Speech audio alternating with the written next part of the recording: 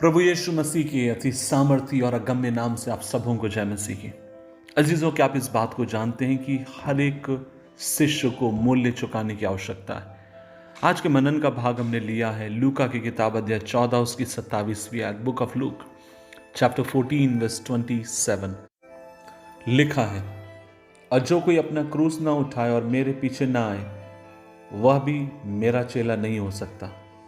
अजीजों, आप और मैं जब यीशु मसीह के पहाड़ी उपदेशों के बारे में पढ़ते हैं, खासकर मत्ती की किताब 5, 6 और 7, और हम इस बात को जानते हैं कि यीशु मसीह उस समय अपने चेलों के संग था, और तब यीशु मसीह वहां पर एक कहानी के विषय बनाते हैं और वह बताते हैं कि एक वह व्यक्ति जो बुद्धिमान के नाई अपना घर चट्टान के ऊपर बनाता है, और जब तूफान आता है और लहरें चलती हैं उन सब के मध्य में आप और मैं देखते हैं कि यीशु मसीह कहते हैं कि उसका मकान स्थिर रहा, क्योंकि उसने अपना घर उस चट्टान के ऊपर बनाया।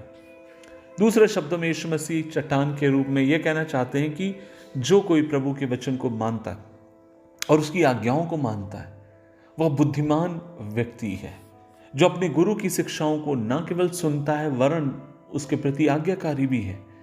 अजीजों, ये जो खासकर आप और मैं यहाँ पर जब इस उदाहरण को आप और मैं देखते हैं, खासकर लूका की किताब अध्याय 14 के भीतर आप और मैं यहाँ पर पाते हैं कि यीशु मसीह यहाँ भी कुछ अद्भुत बातों को अपने चेलों को समझाते हैं।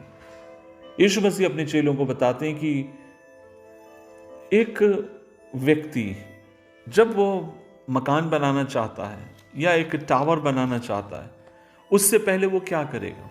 उससे पहले वो बैठकर उसका हिसाब लगाता है कि उसमें कितना खर्चा आएगा, कि उसमें कितने उसको पैसे की उसको जरूरत पड़ेगी। और तब यीशु मसीह ये भी कहते हैं, दूसरे उसके उदाहरण में आप और मैं ये भी देखते हैं कि यीशु मसीह एक और उदाहरण देते हैं, और वो ये है कि कौन ऐसा व्यक्ति है जो युद्ध पर जाना चाहता है और पहले ये संख्या का पता न लगाए कि उसके पास अपने कितने सैनिक हैं और सामने वाले के पास कितने सैनिक हैं। इसका मतलब यह है कि यीशु मसीह ये कहते हैं कि हर एक व्यक्ति को इससे पहले वह किसी भी काम में अपने हाथ को आगे बढ़ाए, इससे पहले वो कोई भी काम करे, उस व्यक्ति को चाहिए कि वो सोचकर समझकर उस बात को करने वाला हो। और इन दो उदाहरणों से आप और मैं इस बात को सुनते हैं कि यीशु मसीह इस पक्ष में कभी नहीं है कि एक व्यक्ति सोचे ना। कई बार हमें इस प्रकार से समझाया जाता है कि हमें जब शिष्य बनना है तो हमें सोचने की समझने की ज़रूरत नहीं है, हमें पूरी तरीके से अपने आप को ख़त्म करना है, हमें प्रभु जो चाहते हैं खाली वो देखने की ज़रूरत। और ये सच है, लेकिन पूरा सच नहीं, क्योंकि यीशु मसीह आप और मैं देखते हैं उदाहरणों में वो ये कहते हैं आपको पहले सोचना है, आपको पहले हिसाब लगाना है, आपको कुछ भी करने से पहले आपको इवैल्यूएशन करने की ज़रूरत है। ठीक उसी प्रकार आज सुबह के समय मैं आपसे कहना चाहता हूँ, जब आप और मैं अपने आप को शिष्य कहते हैं, जब आप और मैं प्रभु की सेवकाई के लिए निकलना चाहते हैं, प्रभु आपको मुझे उत्साहित करता है, और वो ये है, हाँ मैं चाहता हूं कि तुम मुझ पर भरोसा रखो, लेकिन दूसरी तरफ मैं चाहता हूं जब तुम ये निर्णय लेते हो, सोच और समझ और विचार के साथ तुम इस निर्णय को लेने पाओ। हमें सोच, प्रभु ने हमें क्यों समझ दी है? प्रभु ने हमें पशु नहीं बनाया, प्रभु ने हमें इंसान बनाया, अपने स्वरूप अपनी समानता में बनाया। और उसका मतलब यह है कि उसने हमें सोचने की और समझने की, उसने आपको मुझे ताकत और शक्ति प्रदान करी। इसलिए प्रभु आपको मुझे एक शिष्य होने के नाते पहले ये समझाते हैं, सोचो, समझो, जानो। आज मैं आपसे कहना चाहता हूं, आप शायद एक ऐसे विश्वासी होंगे जो अधर पे लटके होंगे और ये कह रहे होंगे, पास्टर जी मुझे कई बार ऐसा लगता है जैसे प्रभु मुझे उसकी सेवकाई के लिए बुला रहा है।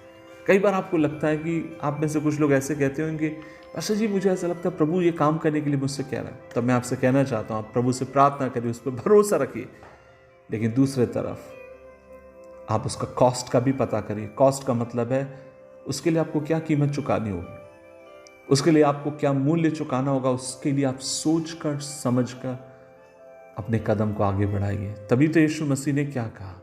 यीशु मसीह ने कहा कि चेले बनने का सबसे पहला कॉस्ट आपको जो चुकाना, जो कीमत चुकानी, वो ये है, आपको अपने आप को इनकार कर कर अपने स्वामी के क्रूस को आपको उठाना होगा। अगर आप ये कहते हैं कि मैं अपना इनकार नहीं करूंगा, तो फिर प्रभु कहते हैं अगर तू अपना इनकार नहीं करेगा तो तू मेरे क्रूस को उठाने के लिए भी तू योग्य नहीं। आज सुबह के समय परमेश्वर आपको मुझे अनुग्रह दे, बुद्धि देने पाए, कृपा देने पाए, ताकि जब आप और मैं उसकी सेवकाई में कदम रखते हैं, हाँ, उस पर भरोसा रखकर, लेकिन दूसरे तरफ सोच और विचार के साथ, उन सोच और पवित्र विचारों के साथ जिन्हें परमेश्वर ने आपको मुझे दिया है। खुद आपकी मेरी सहायता करे, प्रभु आपकी मेरी सहायता करे। आइए मिलकर दुआ करें। प्रभु जी, हम धन्यवाद देते हैं। हम जानते हैं खुदा तूने अपना शिष्य होने के लिए हमें बुलाया, लेकिन हम ये भी जानते हैं कि प्रभु जी, शिष्य होना के लिए कीमत चुकाने की जरूरत है। और प्रभु जी, तू हमसे चाहता है कि जब हम कीमत चुकाएं तो अंधविश्वास में कीमत ना चुकाएं, लेकिन सोच समझ कर तेरे राज्य के लिए हम कीमत चुकाने वाले हो। मदद कर, यीशु मसीह के नाम से मांगते हैं। आमीन, आमीन, आमीन।